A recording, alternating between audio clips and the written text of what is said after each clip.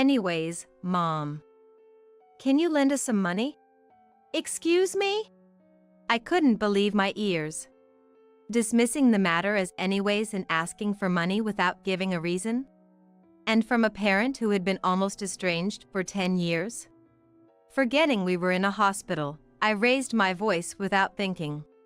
Carter! What do you mean showing up out of the blue asking for money? You haven't contacted me at all, and don't you think it's too convenient? I know it's too convenient. But since you're admitted to such a fine hospital, you must have some money to spare, right? Ellie, Carter's wife, backed him up without a hint of remorse in her voice. I felt foolish for even a moment's worry about my son and his wife, covered in bruises from who knows what. With a heavy sigh, I was about to say, "Get out, I don't have a penny to give you." Right at that moment. "Oh, Grandma, there you are." A voice came from behind Carter and Ellie. My grandson, John, appeared at the worst possible time, making me hold my head in my hands. It was too late for eye contact to warn him not to come closer. Carter and Ellie turned around as soon as they heard his voice. Their eyes met, the three of them. The long-awaited reunion of the family was far from touching. The smile vanished from John's face as he stiffened, visibly uncomfortable. Carter and his wife couldn't see his expression. But it was clear that the reunion with his son wasn't joyous in any sense. Carter was the first to speak. "Look who we have here, the unsuccessful John. What are you doing in a hospital gown? Came to beg Grandma for pocket money just like us?" "What? Carter! John is different from you." "Not really, right? After all, he failed his entrance exams and couldn't become a doctor. He must have been living a shut-in life at Hannah's place until recently, right?" Ellie smirked maliciously. Laughing along, Carter was contemptible. I couldn't stand them making fun of John any longer. Hospital or not. I was about to let my emotions explode into a rebuttal. "Seriously?" The fear and confusion vanished, replaced by John's exasperated shrug. Facing his parents' puzzled looks, John showed them a name tag he'd been hiding in his pocket. "My name is Hannah Wilson. I lost my husband early and raised my eldest son Carter by myself. Now, Carter is married, living far away with his wife and 2 children, making a family of 4. Carter, influenced perhaps by the single-parent household of his childhood or by his wife Ellie, had become overly concerned with appearances.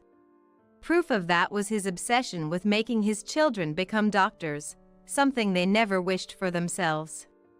Of my grandsons, the eldest, John, was kind-hearted, and perhaps because of his gentleness, his grades were average. On the other hand, the younger, Jack, seemed to take his brother as a negative example and was competitive, always topping his class. Despite their differences, as parents, there might have been a desire to believe in their children's abilities, thinking they could surely achieve if they tried. Both chose prestigious universities with medical schools, as planned. However, an incident occurred.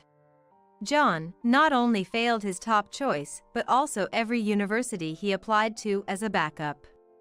Carter and Ellie were furious upon learning this.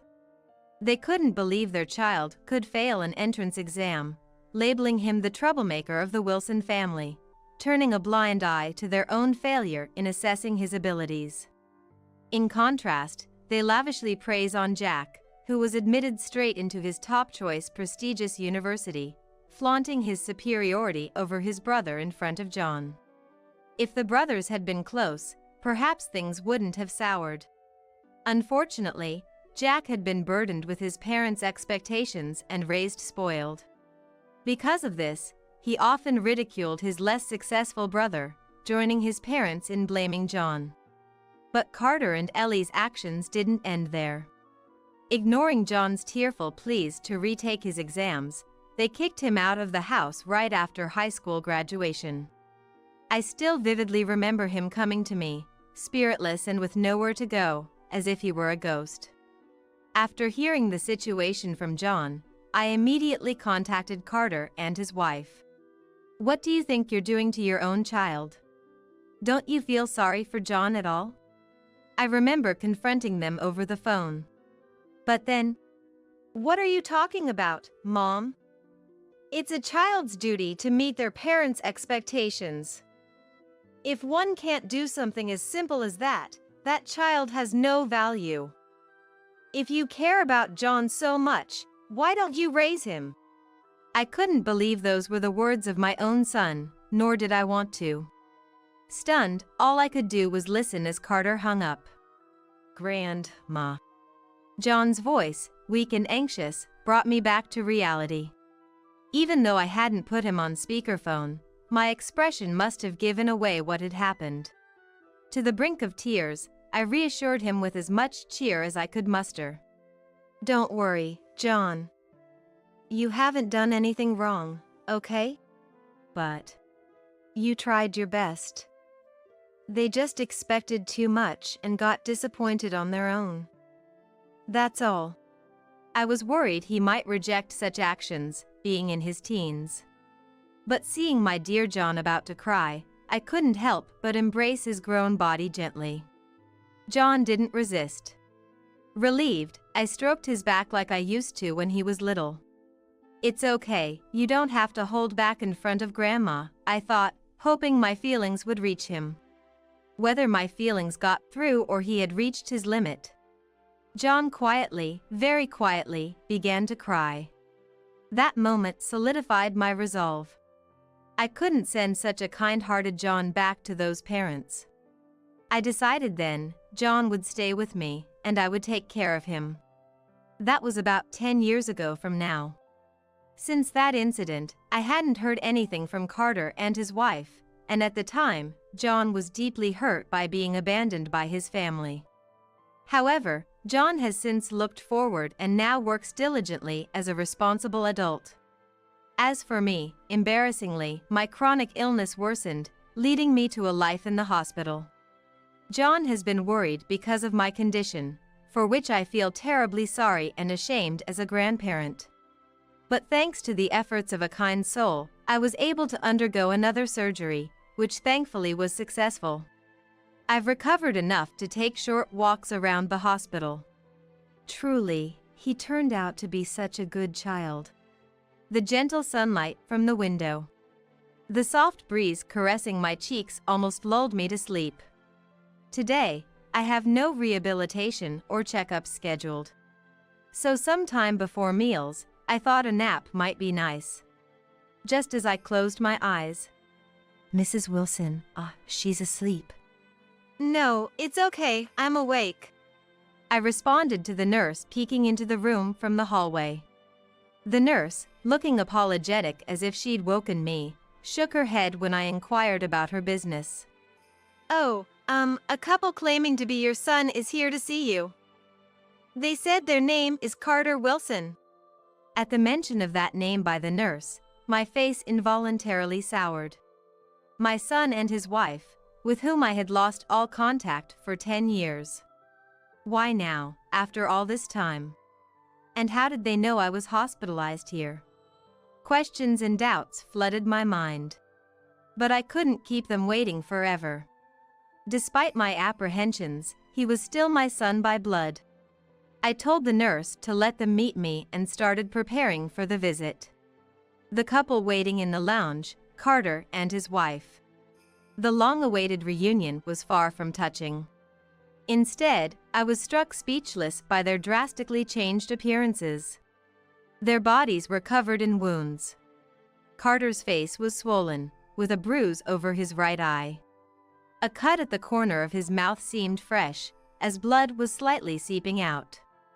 Ellie had a large gauze on her forehead, possibly from a cut, and her arm, hidden under the sleeve of her jacket, was wrapped in painfully white bandages. Was this really the condition of people who had come for a visit? Their terrible state made me question if they were here for treatment instead.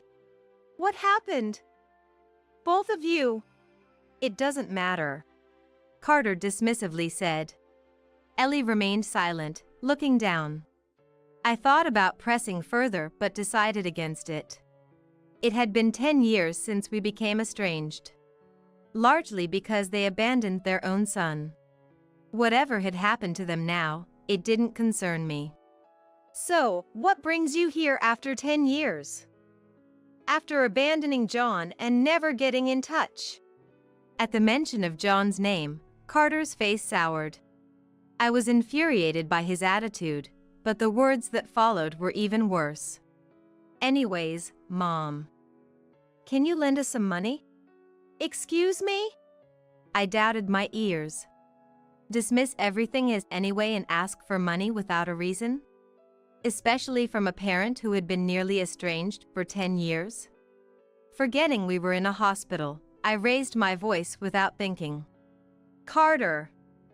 What do you mean showing up out of the blue asking for money? You haven't contacted me at all, and don't you think it's too convenient? I know it's too convenient. But since you're admitted to such a fine hospital, you must have some money to spare, right? Ellie backed up Carter, her voice devoid of any remorse. I felt foolish for even a moment's worry about my son and his wife, covered in bruises. With a heavy sigh, I was about to say, "Get out, I don't have a penny to give you." Right at that moment. "Oh, Grandma, there you are." A voice came from behind Carter and Ellie. My grandson John appeared at the worst possible time, making me hold my head in my hands. It was too late for eye contact to warn him not to come closer. Carter and Ellie turned around as soon as they heard his voice. Their eyes met, the three of them. The long-awaited reunion of the family was far from touching. The smile vanished from John's face as he stiffened, visibly uncomfortable. Carter and his wife couldn't see his expression. But it was clear that the reunion with his son wasn't joyous in any sense. Carter was the first to speak. "Look who we have here, the unsuccessful John. What are you doing in a hospital gown? Came to beg Grandma for pocket money just like us? What? Carter. John is different from you. Not really, right? After all, he failed his entrance exams and couldn't become a doctor. He must have been living a shut-in life at Hannah's place until now, right?" Ellie sported a malicious smile, while Carter, agreeing with her, laughed contemptuously. I couldn't stand them mocking my dear John any further. It didn't matter that this was a hospital. I was about to passionately defend him when suddenly... "Seriously?" John let out a deep sigh, his previous fear and confusion now replaced with exasperation, and shrugged. To his parents, who frowned at this unexpected defiance, John showed a name badge he had kept in his pocket. "I'm actually a medical intern here right now. Well, I'm on a break and not wearing my white coat, so it's not strange if you mistook me for a patient." At that moment, the atmosphere around Carter and Ellie changed to one of surprise and hesitation. Understandably, the son they had hastily given up on was now working as a doctor at a prestigious hospital. "What? You, a dropout, are an intern at this hospital? Stop joking. I never raised you to lie like this." I felt embarrassed by Carter and Ellie's baseless accusations. It seemed John felt the same. He sighed deeply, directed at his parents.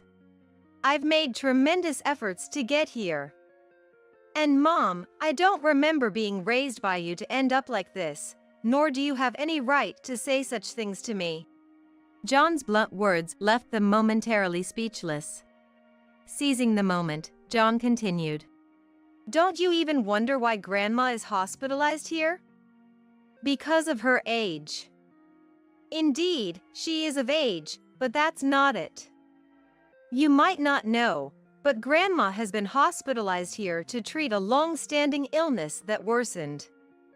And to cure Grandma's illness, I decided to become a doctor and have been working hard here." Then, John started to reveal his determination. And feelings, unknown even to me, who had lived with him for 10 years. Right after being abandoned by his parents, John was so deeply depressed that it pained me just to see him. I worried that any slight thing might push him over the edge. But people can't stay down forever. When I asked if there was anything he wanted to do, John hesitated, then shook his head. Nothing in particular. I thought about becoming a doctor only because Dad and Mom said it would make them happy.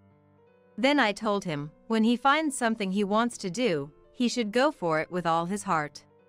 John was still young. A setback or two doesn't mean it's all over. However, perhaps due to my optimistic thinking, something bad happened to me. A chronic illness I had managed without it interfering too much with my life suddenly worsened. Fortunately, thanks to the immediate first aid at the hospital, I was able to recover enough to return to my daily life soon after being admitted for emergency care. Unfortunately, I wasn't completely cured. Despite being discharged after a short stay, it didn't change the fact that I had caused John a great deal of worry and inconvenience by leaving him alone. John told me it was okay as long as I was safe. Looking back, that was the day. John started to seriously consider becoming a doctor again. At first, I thought he was inspired by the caring demeanor of the doctor who treated me, not realizing he wanted to cure my chronic condition. A year later, thanks to his efforts, John successfully got into a national medical school, which was even more prestigious than his original choice. He continued to work hard for 6 more years, passed the national exam after graduation, and obtained his medical license. John, being the hard worker he is, never slacked off in his training and studies. Though I haven't told him, his dedication seems to have been quite impressive. Doctors who know about my relationship with John all say he's an unusually hard worker for this day and age. After finishing his story, John fell silent. Actually, he had met his fiancée on a bullet train while heading to a seminar for new interns after helping a woman who was feeling unwell, and they had decided to get married. But he must have decided it wasn't necessary to tell his parents. He didn't mention it, and I had no intention of meddling. Then, a question I hadn't thought of before suddenly crossed my mind. By the way, what happened to Jack? If he's also a doctor, why don't you? Don't talk about him. You don't know anything. Carter slammed his hand down on the table forcefully. The loud noise and his shouting made patients walking by stop and look our way. A nurse, concerned, started to approach us, but John stopped her and apologized with a bowed head. Dad, this is a hospital. Could you please keep it down? He admonished him, but his face showed he wasn't convinced. Carter opened his mouth as if to argue back. But John was quicker. He started to speak, visibly reluctant. You have bruises all over your body, don't you? They're hidden under your clothes, but maybe your back hurts too? A palpable sense of unease emanated from Carter and Ellie.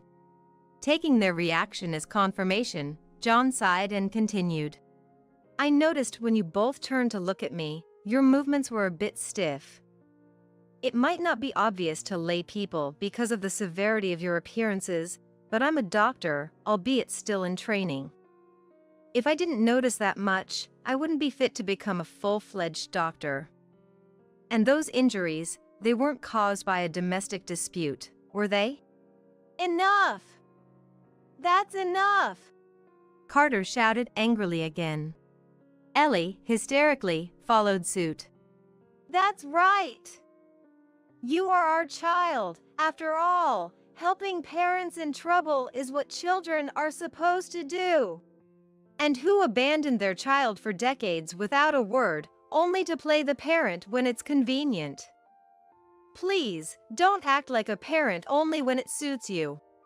With a shake of his head, John signaled the conversation was over. But the Carter couple became even more desperate and noisy. Realizing the situation was going nowhere, John signaled something to the nurse from earlier, who then took out a cell phone used internally and made a call somewhere. A few tens of minutes later, Carter and his wife, who continued to make a scene without regard for those around them, were subdued by arriving police officers and taken away for causing a disturbance. Until the end, they hurled resentments towards me and John. Wonder how they found out about Grandma. John sighed in exasperation. Though I felt guilty for causing trouble at John's workplace, something else was on my mind. Hey, John. Earlier, you said Carter and his injuries weren't from a domestic dispute. The mention of Jack instantly enraged Carter. And then, those injuries. A dreadful premonition crossed my mind. Yet, they are my flesh and blood, estranged or not. I needed to know everything. John hesitated, knowing something but seemed reluctant to share. But deciding it was futile to keep it hidden, he reluctantly began to speak. I'm speculating here, but you should know. I think Dad and his injuries were caused by Jack. Somehow, I wasn't shocked. Instead, I felt an unsurprising confirmation. Given Carter's reaction, anyone would naturally think so. Whether believable or not is another matter. Actually, I heard something unpleasant back in med school. John shared a story. He heard from a senior during a drinking session. Troubles between men and women that you occasionally hear about in college. This male student, despite being academically respected, got into trouble with a woman close to graduation. Naturally, legal complaints were made by her and her parents, leading to his expulsion. John could have brushed it off as common gossip. But it happened at the medical school he had previously applied to and failed to enter, the same school Jack was likely attending. Worse, after being expelled, this student infamously ranted on an online forum about his brilliance, blaming the woman and the university for not recognizing his worth. I'm not well-versed in the online world, but apparently, even without explicit names or personal details, enough information can lead to someone being identified. And the student identified was Jack Wilson. The seniors were drunk, so I think there was no malice in them sharing the story. But hearing that name shocked me, and I didn't want to believe it. Yet, John shook his head. Seeing Dad's injuries today made me think again. Jack got into trouble with a woman, cutting off his path as a doctor.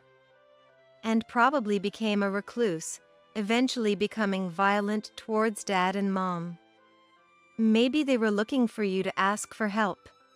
Well, it feels too late for any changes now. John muttered, and I nodded in agreement. I silently wished to never have anything to do with that family again. But my wish was quickly shattered. From that day on, without learning their lesson, they kept showing up at the hospital daily, causing a scene at the entrance demanding to see me or John. John explained the situation, and fortunately, thanks to his good reputation, everyone, not happily, but still, cooperated with us. The security guards at the entrance and the reception staff desperately tried to stop them, and it even led to police involvement several times. How John or I were not forced out is something I'm truly grateful for. As for Jack, I didn't know the details afterward. However, according to the security staff who have been keeping Carter and his wife at bay, their injuries seemed to worsen day by day. This suggests that the situation might have become unmanageable. As for me, after undergoing surgery again, my chronic condition was finally cured, and I was able to return to a normal life. But going back home would surely invite Carter and his wife to my doorstep. Moreover, being in a personal space like a home could potentially involve me in more troubles.